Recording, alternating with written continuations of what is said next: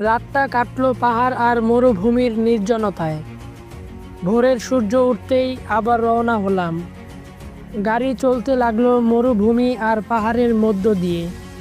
তবে এবার ছিল একটাই লক্ষ্য, গন্তব্যে পৌঁছানো।